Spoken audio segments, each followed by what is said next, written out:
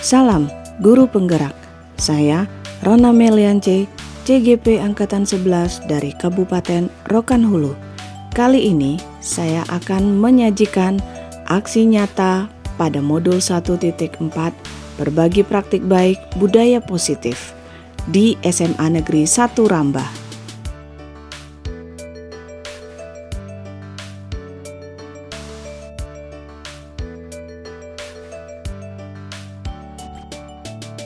Bismillahirrahmanirrahim. Assalamualaikum warahmatullahi wabarakatuh. Alhamdulillahirabbil alamin. Assalatu wassalamu ala asrafil anbiya'i wal mursalin wa ala alihi wa sahbihi ajmain, amma ba'du. Pertama-tama marilah kita ucapkan kepada Allah Subhanahu wa taala yang telah memberikan kita nikmat kesehatan dan kesempatan sehingga kita dapat berkumpul di aula SMA Negeri 1 Rambah yang kita cintai ini. Salawat berangkaian salam tak lupa pula kita hadiahkan kepada junjungan Allah, yakni Nabi besar Muhammad sallallahu alaihi wasallam dengan lafaz Allahumma sholli ala sayyidina Muhammad wa ala ali sayyidina Muhammad. Baiklah, yang saya hormati, yang terhormat Kepala Sekolah beserta Wakil SMA Negeri 1 Rambah, yang saya hormati Majelis Guru dan staf tata usaha SMA Negeri 1 Rambah. Sebelum memulai acara, marilah kita menyanyikan lagu Indonesia Raya. Hadirin dimohon berdiri.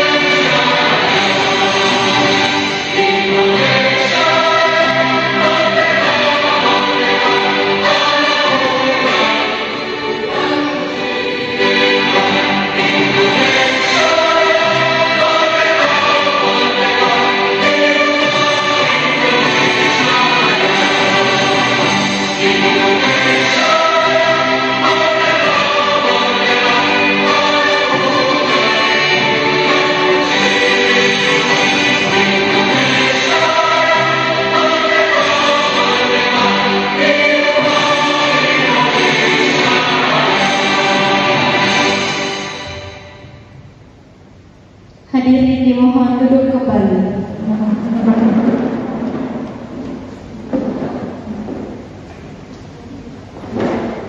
Baiklah, sebelum memulai acara, marilah kita berdoa terlebih dahulu agar nantinya acara kita berjalan dengan lancar.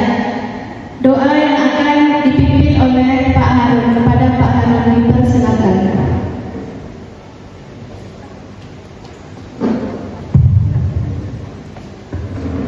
Assalamualaikum warahmatullahi wabarakatuh. A'udzubillahi minasyaitonir rajim. Bismillahirrahmanirrahim.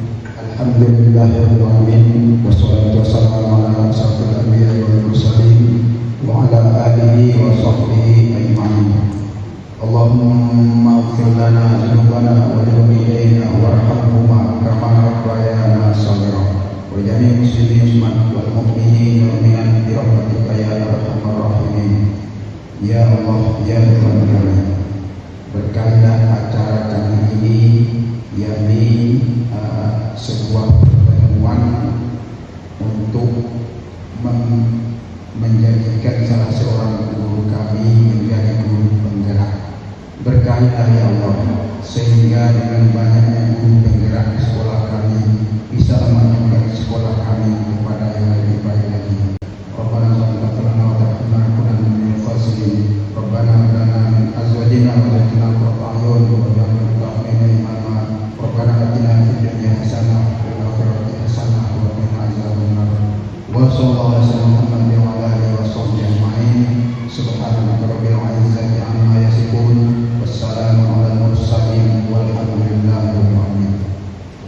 Assalamualaikum warahmatullahi wabarakatuh.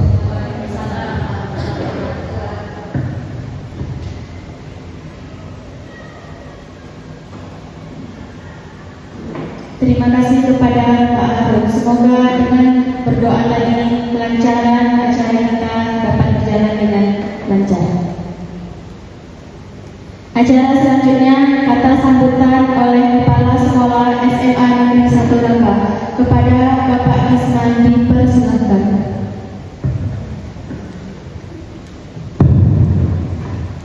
Bismillahirrahmanirrahim. Assalamualaikum warahmatullahi wabarakatuh. Selamat pagi dan siang. Pertama-tama mari kita mengucapkan puji dan syukur kepada Allah Subhanahu wa taala yang mana pada pagi hari ini kita berkumpul di aula ini dalam rangka salah satunya praktek baik budaya positif di kegiatan guru penggerak yang dilaksanakan oleh rekan kita yaitu Bu Medi dan juga sahabat kita kepada lingkungan alam dan berusaha Muhammad SAW yang mengucapkan bahwa sudah Muhammad kepada yang Bapak Ibu yang saya hormati, barangkali ini adalah merupakan kegiatan mungkin mulai di ujung ya Bu ya dalam pelaksanaan guru penggerak, di mana dari sekolah ini ada beberapa orang yang telah menjalani dan telah melaksanakan bahkan yang sudah selesai dalam pelaksanaan guru penggerak. Mudah-mudahan dengan adanya guru penggerak di sekolah kita ini tentunya membawa dampak positif terhadap sekolah kita, terhadap rekan-rekan kita dan juga terhadap peserta didik kita. Dan juga kita berharap mudah-mudahan ke depannya juga ada lagi cabang-cabang guru penggerak yang muncul dari Bu Medi mudah-mudahan. Barangkali marilah kita sukseskan kegiatan Bu Medi ini dalam kegiatan penggerak ini dengan ada awal sampai akhir. Kalau kita membutuhkan 1 jam kalau kita setengah jam. Intinya apa? Kita saling support karena tanpa kita siapa lagi. Jadi oleh sebab itu kami dari pimpinan barangkali ini memberi apresiasi yang positif terhadap kita semua dan juga terhadap kawan-kawan yang telah mau mensukseskan kegiatan ini. Barangkali tidak dapat kami sampaikan. Jadi assalamualaikum warahmatullahi wabarakatuh.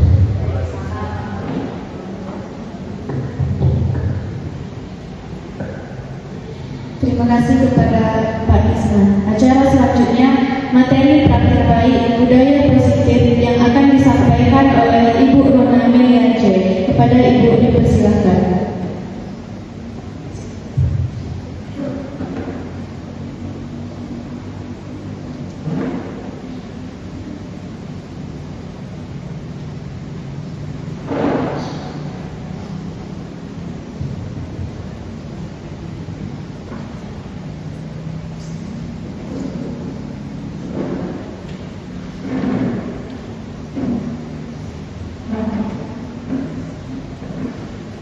Baik, salam dan bahagia Bapak Ibu guru semuanya. Terima kasih Bapak Kepala Sekolah sudah berkenan hadir pada acara diseminasi modul 1.4 budaya positif pada pendidikan calon guru penggerak. Hari ini saya Rona Meliance akan membagikan atau istilahnya pengimbasan budaya positif yang sudah kurang lebih kami pelajari selama pendidikan di CGP Angkatan ke-11. Perkenalkan, berikut ini adalah fasilitator saya, yaitu Henry Wadrasa Putra IPB, pengajar praktik Bapak Wiwit Sapio, dan saya sendiri Rona Meliance, CGP Angkatan 11 dari Kabupaten Rokan Hulu. Langsung saja kita masuk. Baik, Karena topiknya adalah budaya positif, tentu saya akan menyampaikan dulu atau istilahnya pertanyaan pemantik lah saya berikan dulu ya Bapak Ibu ya. Apa itu budaya positif? Pernah dengar Bapak Ibu? Pernah, tapi begitu saja. Ada yang mau menyampaikan tanggapannya terkait budaya positif mungkin? Budaya positif? Oke, baiklah, terima kasih. Jadi memang betul budaya positif itu istilahnya ya sesuatu kebiasaan yang baik-baik, ibaratnya kurang lebih begitu ya Bapak Ibu. Oke, nggak apa-apa. Sekarang kita belum nama, ini pertanyaan otomatis, jadi belum termunculkan lagi jawaban-jawaban yang yang tertata dengan rapi lah istilahnya begitu ya. Kita akan lanjut ke pertanyaan pemantik berikutnya. Apakah Bapak Ibu setuju dengan pernyataan berikut? Hukuman dapat mendisiplinkan anak. Bagaimana menurut Bapak Ibu? Hukuman dapat mendisiplinkan anak. Setuju atau tidak? Oh, menilai situasi. Oh, melihat hukuman dan melihat situasi dan kondisi juga. Baik, terima saja dulu jawaban-jawabannya. Yang kedua, apakah Bapak Ibu setuju dengan pernyataan memberi penghargaan dapat meningkatkan motivasi belajar anak? Bagaimana? Oh, sebagian besar setuju ya. Oke, sebagian. Sudahkah kita menerapkan segitiga restitusi dalam penyelesaian masalah? Ini mungkin baru didengar mungkin ya segitiga restitusi. Oke, baik. Tidak apa-apa. Kita lanjutkan. Next, ya. Jadi budaya positif, ya tadi ya terkait budaya positif.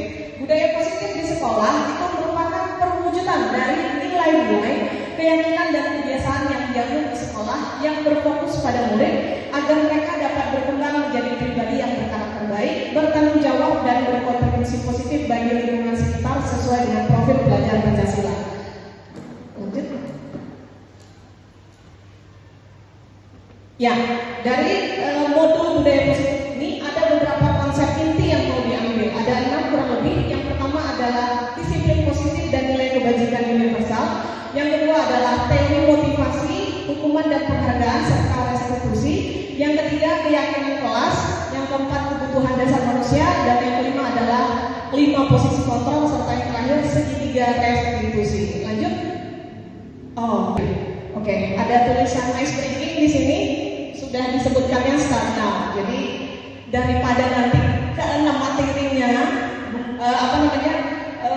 sebelum kita mengambil intisari-intisarinya kita ke ice breaking dulu lah ya. Jadi Bapak Ibu boleh sedikit kita bangkit berdiri ya. Oke. Ice breaking dulu sebelum kita menyimak semua materinya ya. Oke, kalau saya bilang Marina begini. Marina ini, Marina. Dua tangan boleh Marina. Karena saya pegang ini. Marina, ya Marina menari, menara, merana, merana, ya oke. Jadi kalau saya bilang Marina menari, menara, merana, oke. Saya coba, ya kita mau tes dulu konsentrasinya ya. Dia ada nadanya. Marina menari, ayo semuanya berat ya. Marina menari di atas menara, Marina merana. Ya anak, beratnya ada yang salah nih. Iya, oke. Menara itu begini ya, kalau merana begini, merana, oke ya. Oke, sekali lagi coba, sekali lagi, 3, 2, ikuti ya nanti liriknya ya, sambil dipraktekkan. Merana, Marina, menara, Marina,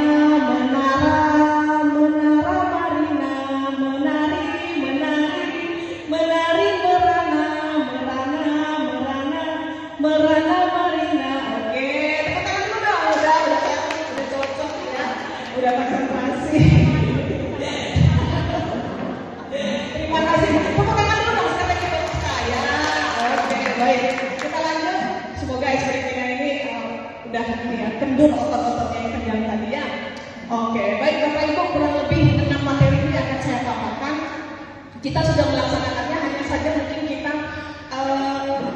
belum tahu. Oh ternyata itu ya namanya, gitu ya. baik, kita akan mulai dari disiplin positif dan kebajikan universal. Oke, apa makna disiplin? Di sini disiplin itu berasal dari bahasa Latin, disiplina yang artinya belajar.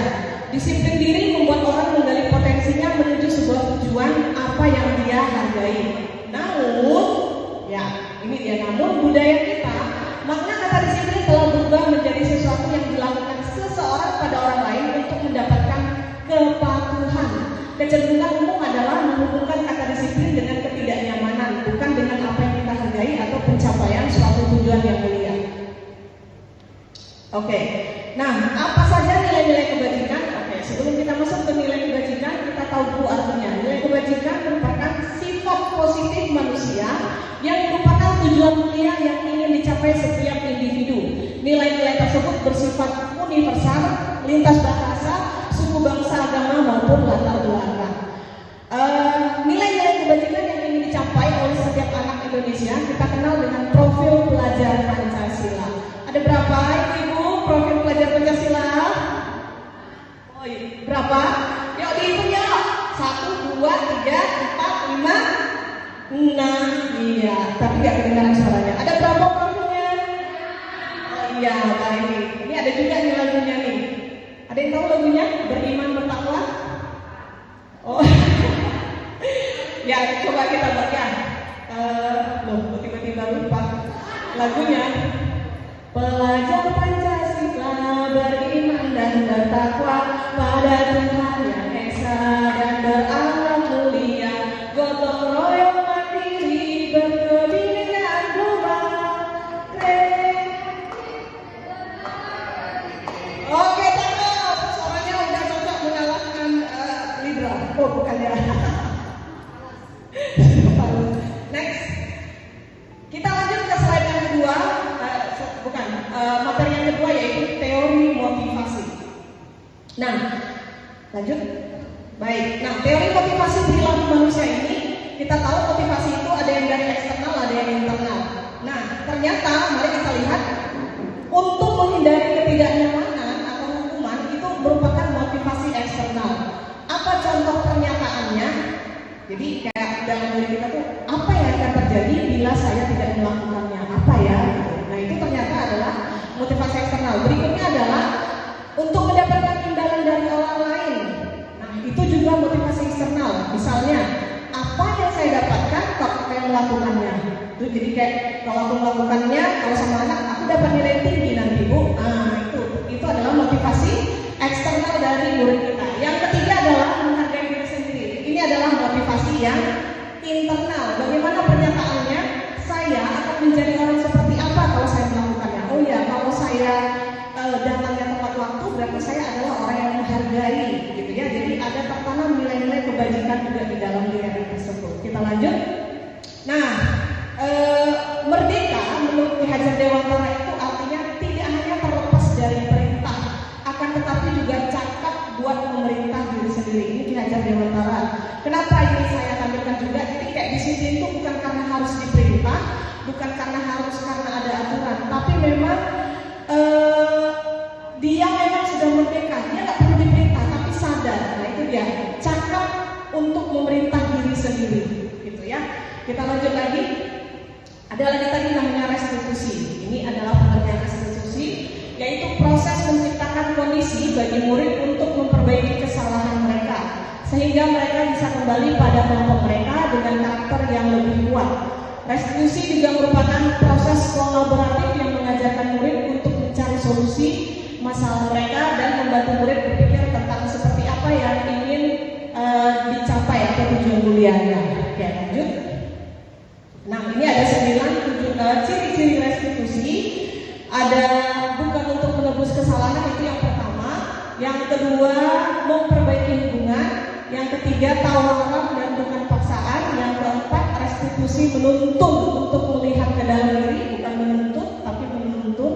Kemudian restitusi mencari kebutuhan dasar yang mendasari tindakan. Kemudian yang keenam, restitusi diri adalah cara yang paling baik. Kemudian yang ketujuh, restitusi fokus pada karakter bukan tindakan. Dan yang kedelapan, restitusi fokus pada solusi atau penyelesaian masalah, dan yang terakhir restitusi mengembalikan murid yang berbuat salah kepada kelompoknya. Oke, udah yang ketiga, udah di tengah-tengah kita ya. Keyakinan kelas atau istilahnya mungkin kesepakatan kelas. Next. Nah, ini contohnya keyakinan kelas atau kesepakatan kelas yang yang kita buat juga di kelas atau di sekolah kita. Ini contoh poster keyakinan kelas. Ada 2 contoh di sini. Coba dilihat Bapak Ibu, kalimatnya ada nggak yang negatif? Dari dua tampilan tadi, ada nggak kalimatnya yang negatif? Yang slide sebelah kiri, datang ke sekolah tepat waktu. Tahu tidak apa yang kalimat negatifnya? Ini positif apa negatif ya kalimat ini? Positif ya, betul sekali. Ini adalah kalimat yang positif. Kalimat negatifnya adalah seperti apa? Jangan datang terlambat. Jangan itu negatif Bapak Ibu. Jangan datang terlambat. Tapi kita ganti kata-katanya, datang ke sekolah tepat waktu. Nah, datang ke sekolah tepat waktu ya, bukan. Jangan kau datang terlambat, bukan itu.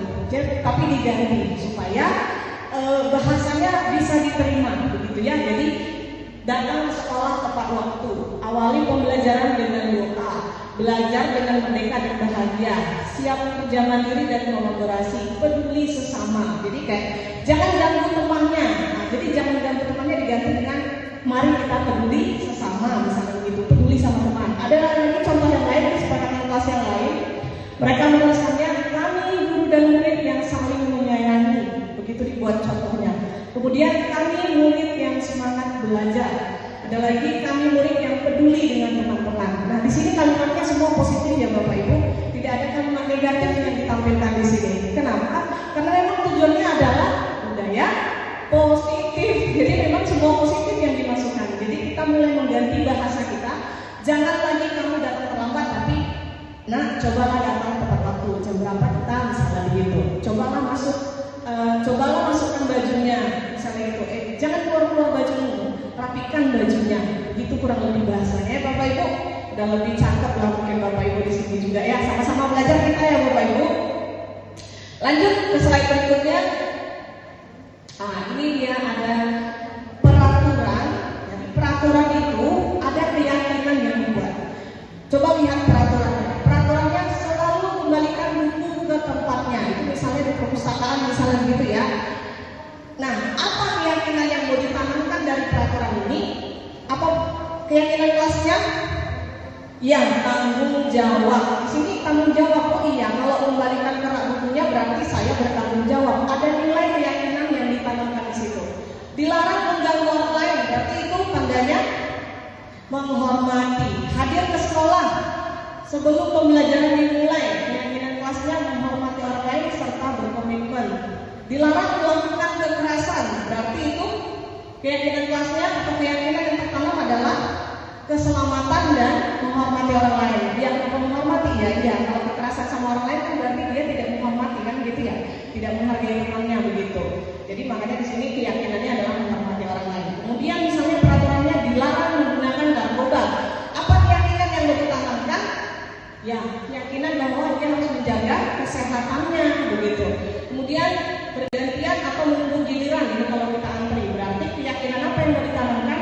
Menghormati orang lain dan juga bersabar. Yang terakhir, jangan berlatih di kelas, misalnya begitu. Apa yang mau ditanamkan di situ? Ya, nilai keselamatan dan nilai keamanan.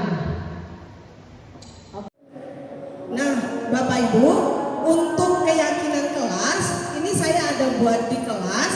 Nah, sebentar lagi kita akan menonton cuplikan dari pembuatan keyakinan kelas atau kesepakatan kelas yang telah saya lakukan di kelas.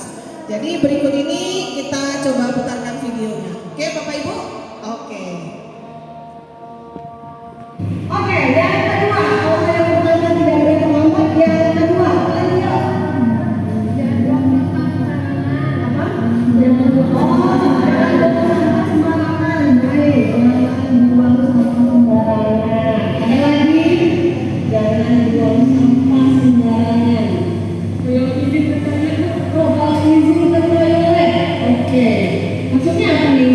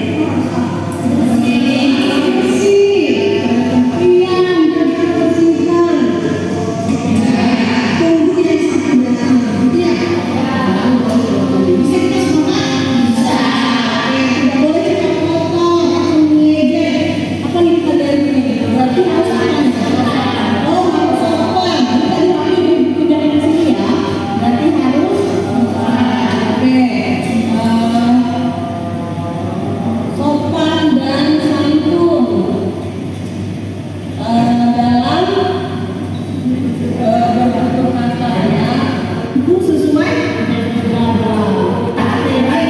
Coba kita baca bersama-sama. Yang punya kelas 11 A.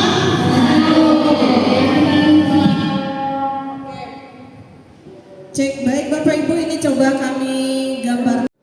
Ya, nah berikut ini adalah gambaran yang setelah selesai kami jadi buat di papan tulis, lalu saya tuliskan di yang di papan tulis itu kita buat dalam bentuk sudah di itu ya Bu ya, dibuat poster, dibuat poster, lalu kita tempelkan di kelas kesepakatannya. Nah sudah jadi, ini sudah tempelan ya Bapak Ibu. Oke, udah bisa di zoom Pak?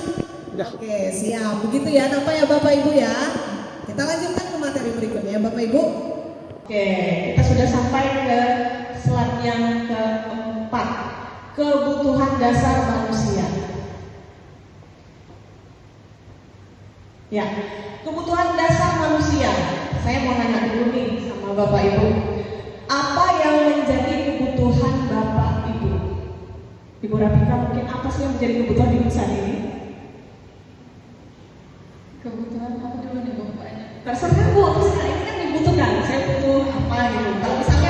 Kalau misalnya saya nih, yang saya butuhkan sekarang adalah makanan misalnya, karena saya lapar misalnya gitu. Nah, kalau Ibu Rika misalnya, Kebutuhan saya handphone.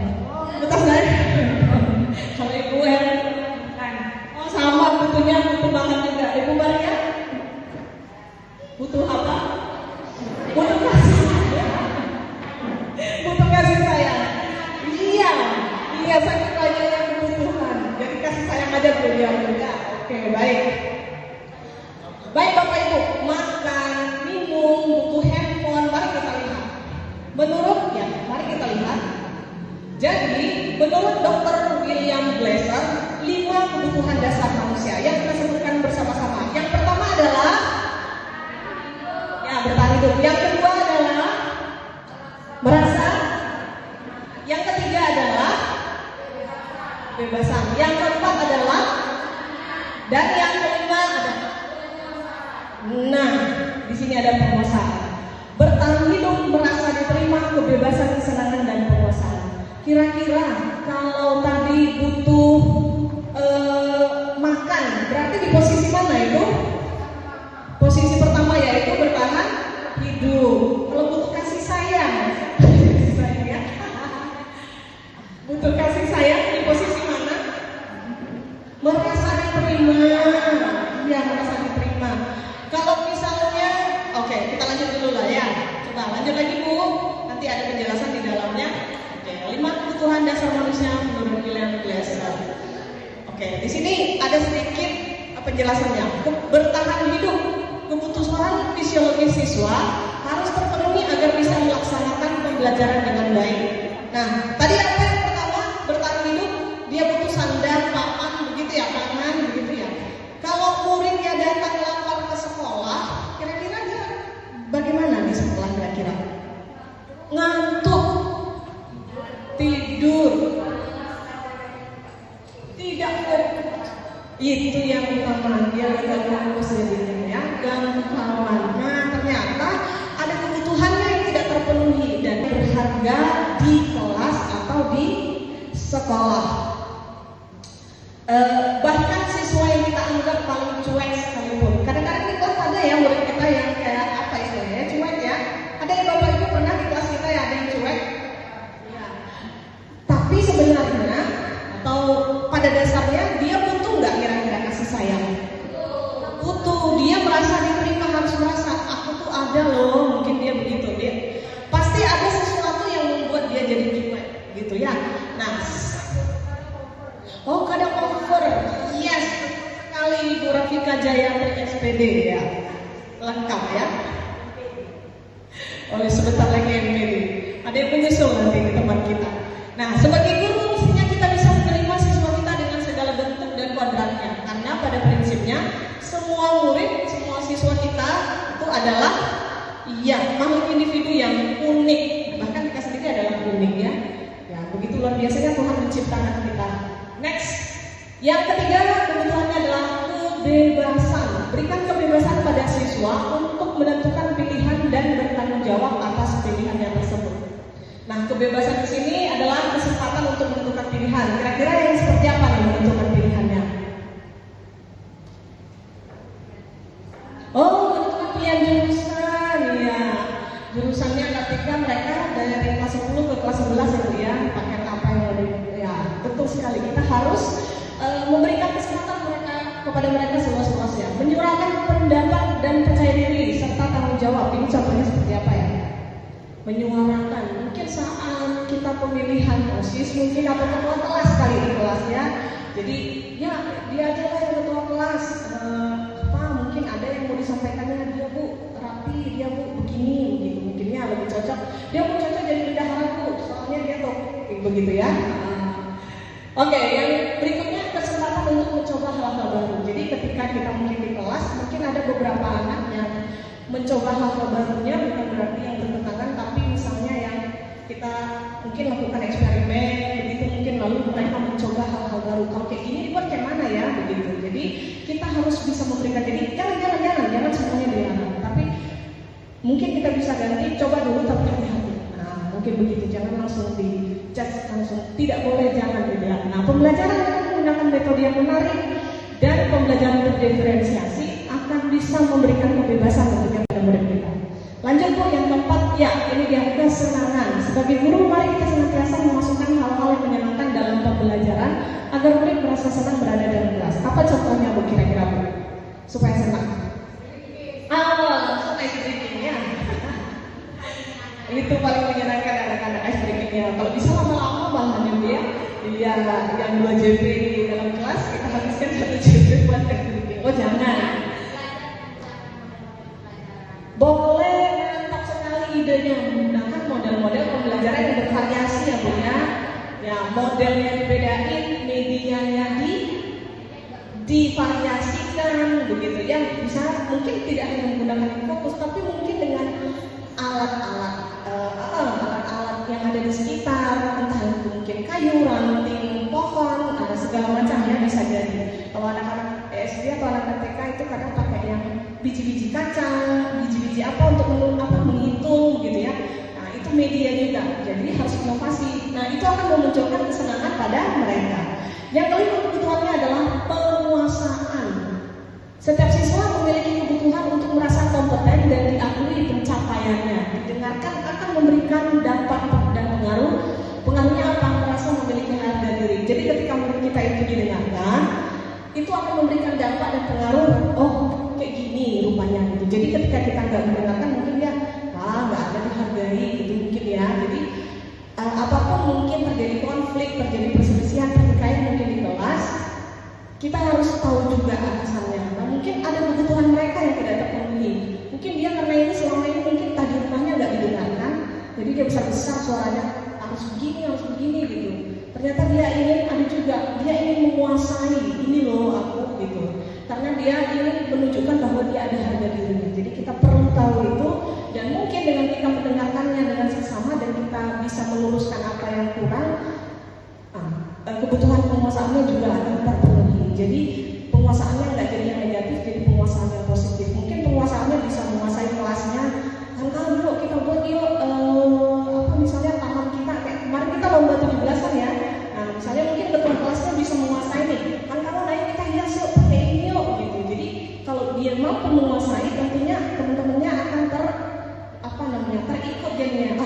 Iya gitu. Jadi itu adalah kemampuan penguasaannya contohnya. Kita lanjut lagi. Oke, nah dari sini kita punya catatan bahwa menjadi sangat penting bagi guru untuk mengetahui kebutuhan dasar siswa. Berapa tadi kebutuhannya Bapak Ibu?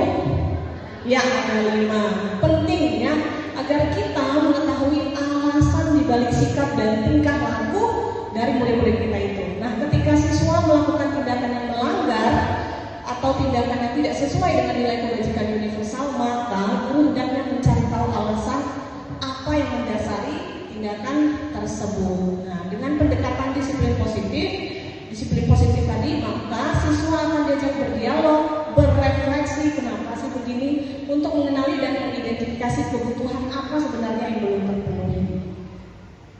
Itu adalah catatan dan yang poin sebelumnya. Yang kelima adalah 5 posisi kontrol. Next Bu. Apa saja 5 posisi kontrol menurut Diana Gosen? Ya, yang pertama adalah, boleh dibaca bersama?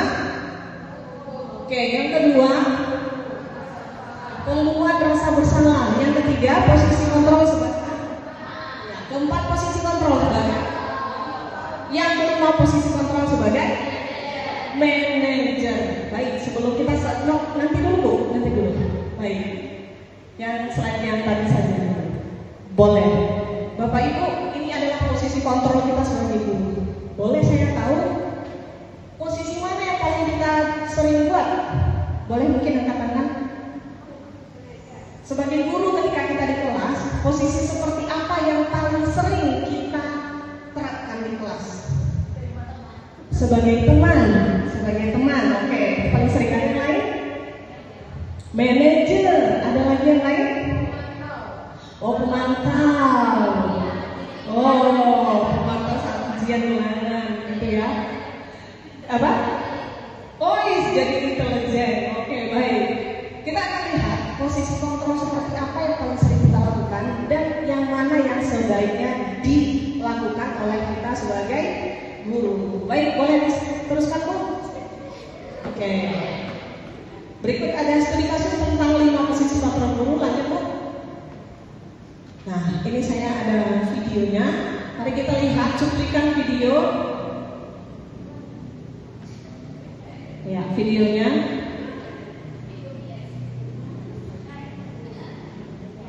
Ya.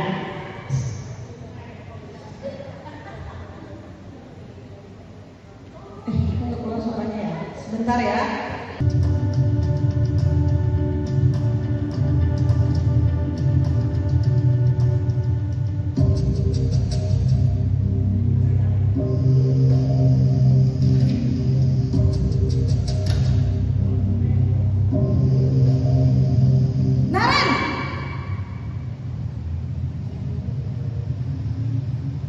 Selamat pagi, Bu. Naren, kamu kenapa terlambat lagi, nak? Ya Tuhan, Naren, kamu senang ya bikin ibu susah ya? Kalau kamu terlambat lagi, nanti ibu yang ditegur bapak kepala sekolah, nak. Disangka ibu tidak bisa membina kamu. Duh, gimana ini? Maaf, Bu. Duh, Gusti Naren, kamu suka ya kalau ibu ditegur bapak kepala sekolah? Terus, sekarang ibu harus tulis apa ini di buku absen? Ini kamu sudah sering terlambat loh. Ibu harus apa coba? Maaf, Bu. Maaf sekali. Ya sudah, lain kali jangan bikin ibu susah lagi ya, nak ya. Ibu tidak akan kuat lagi kalau kamu begini terus. Bisa jantungan kalau ibu tegur bapak kepala sekolah. Sana cepat ke kelas. Maaf ya, Bu. Maaf sekali. Posisi pembuat rasa bersalah berbicara dengan nada tenang, cenderung lembut. Namun kata-kata yang diutarakan membuat murid merasa menjadi orang yang gagal, memandang buruk dirinya sendiri, merasa tidak berharga, dan tidak sanggup membahagiakan orang lain. Ketika guru mengambil posisi pembuat rasa bersalah, murid akan menganggap dirinya yang bersalah dan ia akan menyimpan emosi negatif tersebut di dalam dirinya.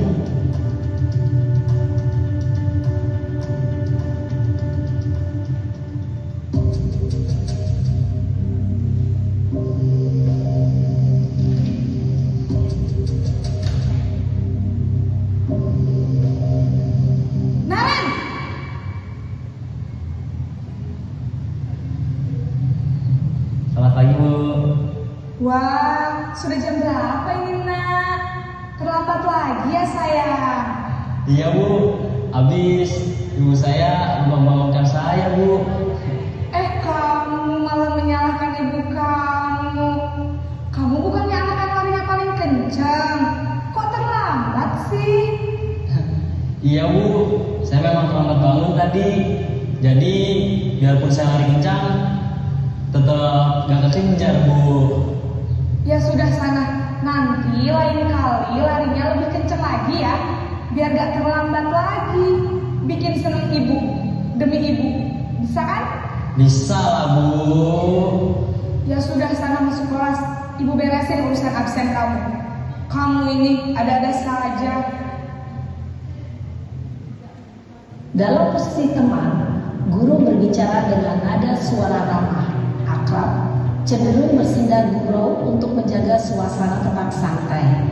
Murid akan merasa senang, aman, dan akrab dengan guru. Identitas yang tercipta adalah identitas sukses atau berhasil. Namun, perlu diingat, karena ini masih dorongan eksternal, maka ada faktor ketergantungan dari murid kepada orang tertentu. Di sini guru absennya, sehingga di lain waktu murid bisa berperilaku baik, namun hanya kepada orang-orang tertentu saja.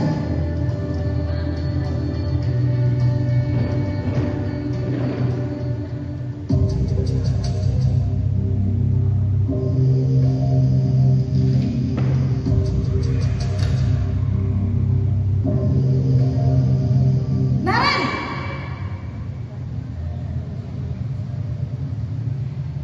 Selamat pagi Bu.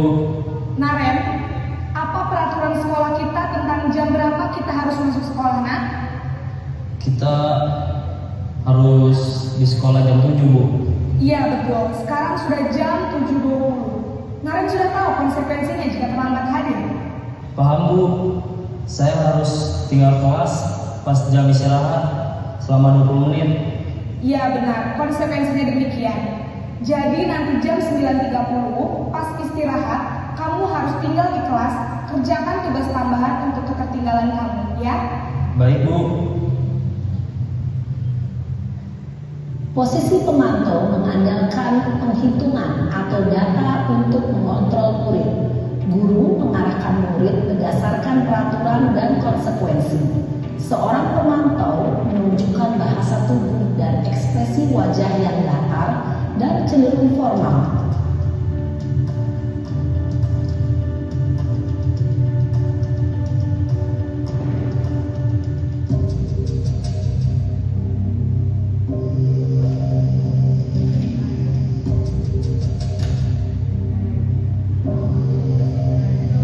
Naren!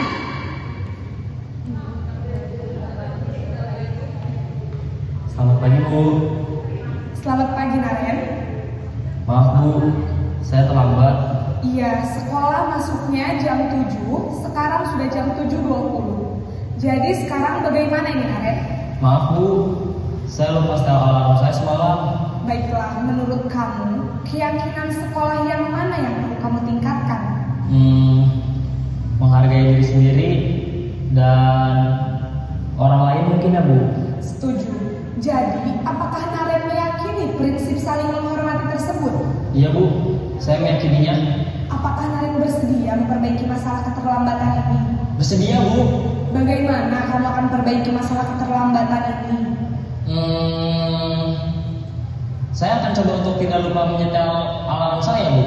Baik, kalau Naren lupa menyetel alarm di rumah, ada orang yang kira-kira bisa bantu mengingatkan tidak? Ada Bu, kakak saya, Kak Emma. Ada lagi selain Kak Emma? Selain Kak Emma, ada ibu saya. Baik, jadi yang mengingatkan Naren adalah Kak Emma dan ibu kamu ya? Kira-kira akan mulai setel alarm kapan nih, Naren? Setelah pulang sekolah, akan segera saya lakukan. Baik, jadi Naren akan setel alarm untuk bangun besok pagi dan akan diingatkan oleh kakak dan ibunda Naren ya. Ada lagi yang mungkin perlu dilakukan, Naren, agar tidak terlambat bangun lagi? Tidak ada Bu. Baik, Naren, terima kasih untuk kerjasama kamu. Sekarang kamu perlu kembali ke kelas untuk belajar. Baik Bu, terima kasih. Posisi manajer adalah posisi kontrol yang disarankan untuk membimbing murid memiliki sikap disiplin yang positif, yaitu murid yang mandiri, bertanggung jawab, dan dapat memecahkan masalah. Tujuan dari posisi ini adalah agar murid dapat berefleksi atas tindakannya. Guru akan dengan tulus memberikan pertanyaan-pertanyaan bermakna, sehingga membuat murid dapat belajar dari kesalahannya. dan mencari sebuah solusi untuk menyelesaikannya.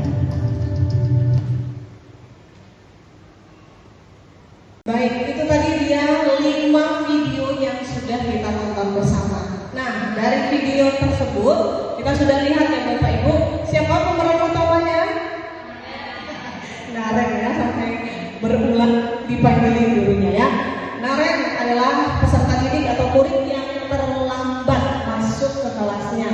Kemudian apa yang terjadi? Ada 5 posisi kontrol guru yang ditunjukkan oleh video tersebut. Dari 5 posisi kontrol itu, setelah kita tahu nih Bapak Ibu, sebaiknya posisi kontrol mana yang harusnya kita terapkan? Posisi manajer, seperti yang disampaikan oleh Bu Maria tadi ya. Manajer ya Bu Maria, ini Bu Maria ini karena memang manajer gitu ya. Manajer di apa? PT apa Bu? PT Angin. Baik, ya. Jadi sudah terjawab ya, posisi kontrol apa yang Bapak Ibu guru inginkan? Posisi? Ya, posisi manajer. Baik, kita lihat. Nah, di sini posisi kontrol ideal yang ingin dituju oleh semua pendidik adalah posisi kontrol manajer. Perjalanan untuk menuju ke posisi ini tidak mudah, namun tujuan kita semua sama, yaitu mewujudkan anak-anak yang mandiri, bertanggung jawab dan merdeka.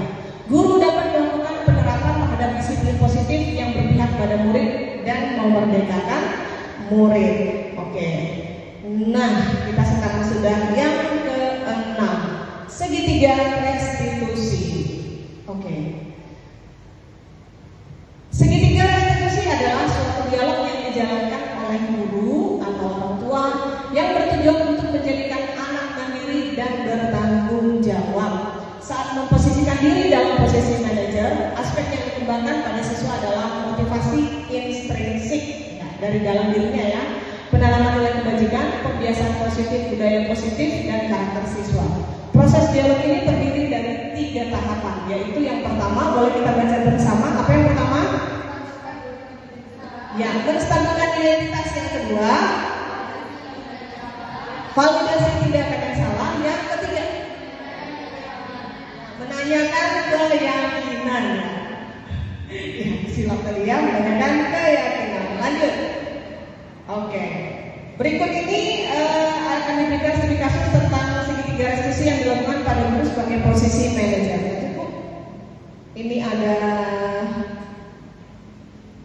Oke, kita mulai dulu dari penjelasan ya, nanti aja videonya. Oke, pada segitiga restitusi menurut Dian Goshen, menstabilkan identitas itu berdasarkan prinsip membuat kesalahan adalah bagian dari proses pembelajaran. Kemudian jangan mengkritik siswa yang sedang mengalami identitas gagal. Maksudnya di sini jangan mengkritik ya karena dia sudah salah. Maksudnya gini, kan udah terlambat nih. Jangan langsung kamu yang terlambat, bukan begitu. Jadi distabilkan dulu posisinya, distabilkan identitasnya. Ya wajarlah terlambat, mungkin tidurnya ke malaman atau terlalu larut malam. Apa selanjutnya? Gitu. Jadi jangan langsung dikritik siswanya. Kita akan menggeser identitas siswa dari yang gagal menjadi identitas berhasil. Oke, lanjut. Yang kedua adalah validasi tindakan yang salah. Setelah tahu iya Bu, karena saya tadi tidurnya kemalaman misalnya, atau ternyata tadi dia apa? Lupa setel alarm. Ya, dia lupa setel alarmnya Bu gitu. Jadi ternyata lupa setel alarm. Baru divalidasi tindakan yang salah. Berarti kalau lupa setel alarm, lalu apa yang selanjutnya dilakukan? Gitu. Jadi berdasarkan prinsip bahwa setiap perilaku berusaha untuk mencapai tujuan tertentu. Dia buat alasan itu pasti ada karena apanya, gitu ya. Guru akan bergeser dari pemikiran stimulus respon menjadi proaktif. Kemudian dalam validasi tindakan yang salah ini, guru mengenali kebutuhan siswa sehingga dapat memperbaiki hubungannya dengan siswa. Dan di sini juga tidak menghakimi, sama ya, juga tidak memojokkan. Kemudian yang ketiga adalah menanyakan keyakinan. Jadi kalau udah salah, selanjutnya besok mau gimana? Mau terlambat lagi? Enggak lah, bukan gitu dia ya. Jadi maunya gimana? Ya nantilah saya setel alarmnya Bu. Kalau lupanya misalnya lupa, tadi katanya kalau lupa diapain? Diingatkan. Siapa yang mengingatkannya? Kakaknya dan orang tuanya. Oke, lanjut. Di sini menanyakan keyakinannya. Kita akan hal-hal yang harus diperhatikan pada segitiga restitusi yaitu perilaku yang salah perlu dikaitkan dengan keyakinan kelas yang sudah disepakati. Kemudian kesediaan orang yang melakukan kesalahan untuk memperbaiki masalah, berarti ini muridnya.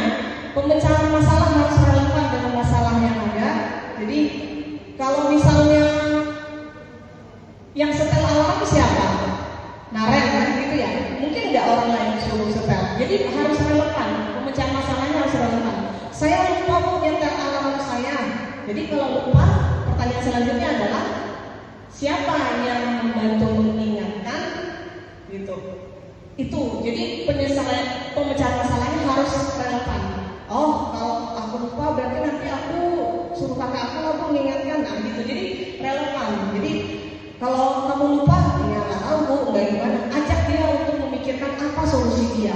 Jadi kamu itulah, nggak ada orang di rumah kamu, jangan langsung digituin. Ajak dia berpikir dulu. Kalau lupa menyetel alarm sama apa waktu mau tidur, jadi gimana selanjutnya? Oh, ya udahlah Bu, nanti aku suruh teman aku atau aku buat pengingat aku pasti ada punya ide-ide atau solusi lah untuk menyelesaikan masalah. Jadi harus relevan. Kemudian perlu adanya usaha perbaikan itu tadi.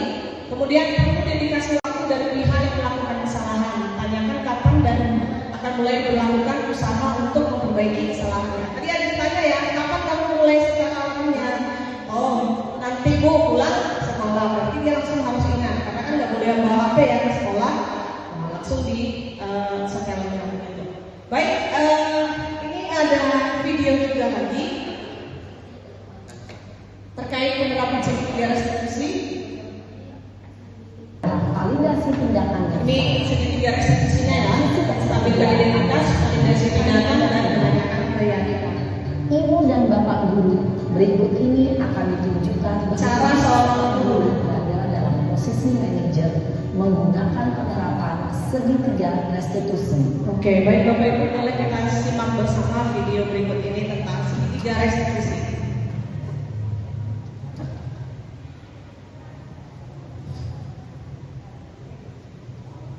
Siang Sarah. Siang Pak.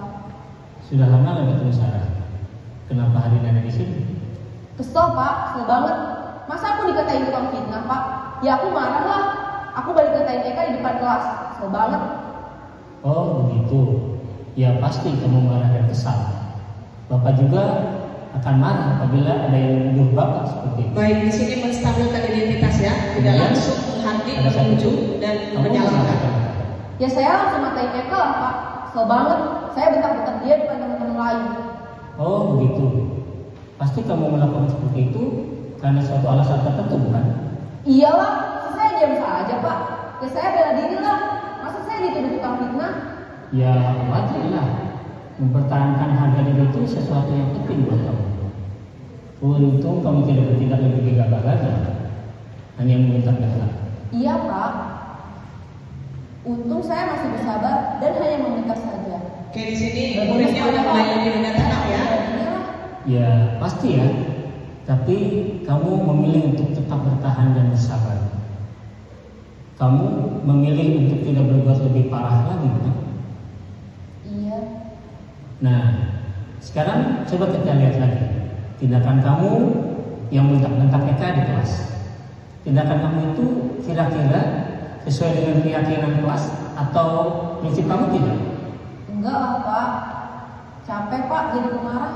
Jadi keyakinan atau prinsip mana yang kurang sesuai dengan keinginan kamu? Ya, saya sebenarnya sangat menghargai orang lain. Mungkin saat itu saya menjadi emosi, jadi tidak menunjukkan sikap itu. Kamu meyakini tidak? Menghargai orang lain itu penting buat kamu. Yakinlah Pak. Iya, setuju. Kita harus saling menghargai. Namun ada juga keyakinan yang kita sepakati yang perlu kita jalankan apabila kita sedang marah, kan? Ya saya bisa lebih proaktif. Di sini dia memberikan jawaban atas masalahnya sendiri.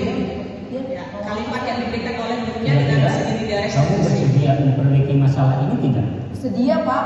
Kalau kamu memperbaiki masalah ini, kamu akan menjadi orang seperti apa? Saya akan menjadi orang yang bertanggung jawab kali ya Pak. Dan senantiasa proaktif. Iya. Menurut kamu, bagaimana rasanya menjadi orang seperti itu? Ya nyaman lah, bangga bisa bersabar dan menahan diri. Baiklah kalau begitu. Yuk kita pikirkan bagaimana memperbaiki masalah ini. Oke, nah itu tadi ya. Sambil diminum ya Bapak Ibu. Iya. Ibu dan Bapak Guru hebat. Baru saja kita menyaksikan contoh bagaimana seorang guru berada dalam posisi manajer menggunakan penerapan segitiga restitusi. Mari kita bahas satu persatu. Oke, itu tadi dia ya. Buka ini aja dulu, Bu. Oke, yuk kita sama-sama coba lihat lagi Bapak Ibu supaya jadi supaya jadi tambah ilmu kita dan kita bisa terapkan di kelas kita juga. Yang pertama, apa tadi yang dari segitiga restitusi? Kita harus apa? Menstabilkan identitas. Jadi jangan langsung to the point untuk masalahnya. Kita stabilkan dia. Jadi mungkin emosinya yang tinggi bisa reda sejenak, reda jadi stabil. Nah, itu dia menstabilkan. Kemudian adalah validasi tindakan. Yang kedua apa? Validasi tindakan yang salah. Oke. Yang ketiga adalah keyakinan. Oke, menanyakan keyakinan. Kita lanjut ke yang terakhirnya, Bu. Lanjut ya. Begini rupanya gitu. Yang kedua adalah membuka wawasan dan pola pikir siswa untuk bertanggung jawab memecahkan masalahnya sendiri. Dan yang terakhir adalah siswa semakin percaya diri, mandiri, dan merdeka. Begitu ya. Oke, baik Bapak Ibu. Ini udah slide yang terakhir nih. Sebelum saya tutup lagi ini gambar apa? Liputan. Oh, F1. Wah, ini ternyata ada yang hobi balap juga ini. Baik, ini adalah istilahnya pit stop, tempat mobil balap itu nanti dia berhenti di situ. Tapi dia nanti habis itu jalan lagi. Mari kita lihat tanpa berkedip. Oh, lihat tanpa berkedip, Bu. Ya, karena ini sangat cepat. Boleh diputar, Bu? Oke, siap. Ya, mobilnya datang. Oke. Cepet gak selesainya Bapak Ibu? Cepet gak selesainya? Cepet aja atau cepet banget? Oke, cepet banget. Kira-kira cepet banget gara-gara apa? Bekerja sama. Oke, teamwork. Bahasa Inggrisnya teamwork, bekerja sama gitu ya, berkolaborasi. Banyak gak orangnya? Banyak. Memang di sini banyak. Ada satu lagi. Ada yang kurang satu lagi. Apa kira-kira? Kenapa kok bisa secepat itu ya? Ada komandonya. Ada komando. Oh, ada komando. Selain komando apa lagi kira-kira? Baik, terima kasih atas jawaban-jawabannya. Jadi sebenarnya di sini karena apa bisa cepat? Karena mereka sudah tahu bagian apa yang harus dikerjakan. Jadi si tukang cabut ban dia tahu. Jadi bukan si tukang isi minyak yang ke sini, yang ke sana, yang ke sini enggak. Jadi kurang lebih seperti itulah kita Bapak Ibu di kelas. Kita sudah tahu apa yang harus kita kerjakan gitu. Jadi kalau dia nggak tahu cara buka mur, buka bautnya, iya jadi apa di situ gitu? Ya nggak bisa gitu. Jadi ini semua butuh skill, butuh keahlian. Sekedar hanya membuka, boleh kita putarkan dulu sambil untuk diputar saja, ditekan ya. Begitu, sangat cepat sekali, itu hitungan detik saja. Kita akan lihat dalam gerakan yang sangat lambat. Oke, this is a teamwork. Everyone is doing his own job. No one is interfering in other work. Okay, watch again in slow motion.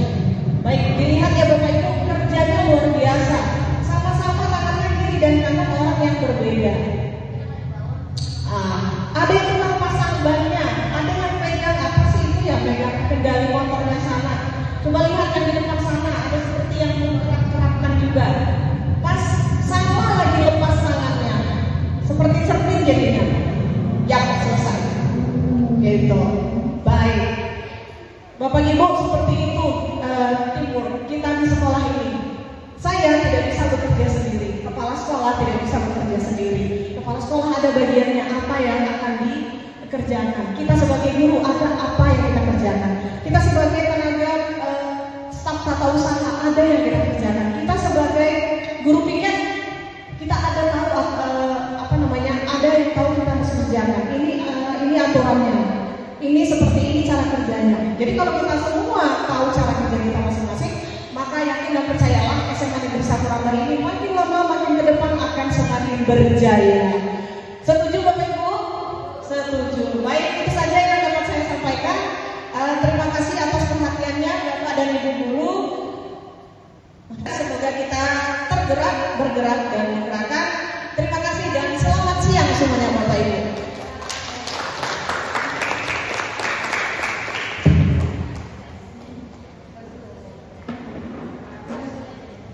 Terima kasih materi yang disampaikan oleh Ibu Rona Meliance. Semoga bermanfaat bagi kita semua dan kita para guru bisa mengimplementasikannya terhadap murid yang akan kita ajarkan ke depannya. Saya Widya Melani, apabila ada kesalahan mohon diberi maaf. Wabillahi taufiq wal hidayah. Assalamualaikum warahmatullahi wabarakatuh.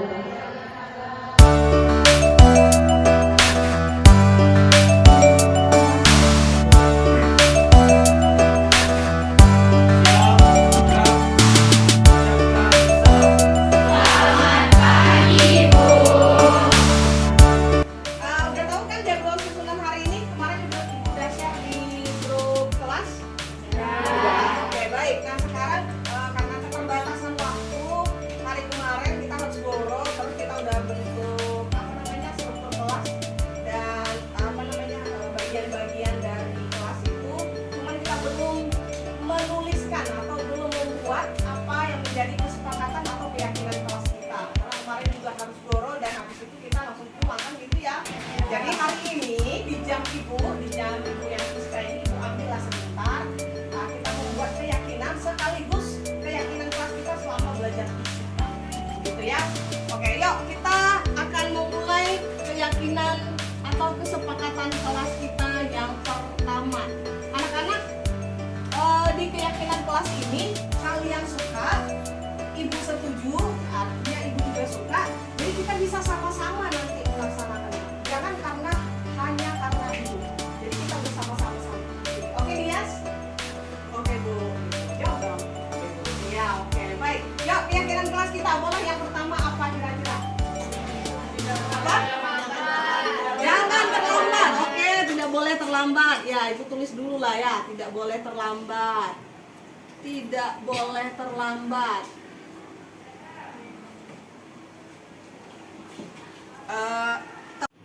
Oke, yang kedua, kalau yang pertama tidak boleh terlambat, yang kedua, apalagi yuk? Jangan buang sampah sembarangan. Apa? Jangan buang Jangan buang sampah sembarangan. Baik, jangan buang sampah sembarangan. Ada lagi? Jangan buang sampah sembarangan. Kalau izin ke toilet, Bu. Oh, kalau izin ke toilet. Oke. Maksudnya apa nih izin ke toilet nih? 2 orang atau 3 orang, Pak, Bu? Oh, sekarang ibu tanya deh, kalau kira-kira rame-rame yang ke toilet gimana sih ibu ngajar di kelas? Efisien dan efektif nggak ya? Sekarang kalau 5 orang ke toilet itu ngapain coba? Terakhir jadi ngerumpi ya? Jadi ngerumpi. Kita batasi bagaimana? Kalau kita batasi setuju? Setuju. Jadi berapa orang deh yang ke toilet misalnya? 2. Boleh ke toilet? Berapa? Ada yang tadi 3 bilang gitu. Izin ke toilet 2 orang. Iya, izin ke toilet 2 orang. Oke. Ada lagi keyakinan kelas kita yang lain yang mau kita buat selama kita belajar? Hah?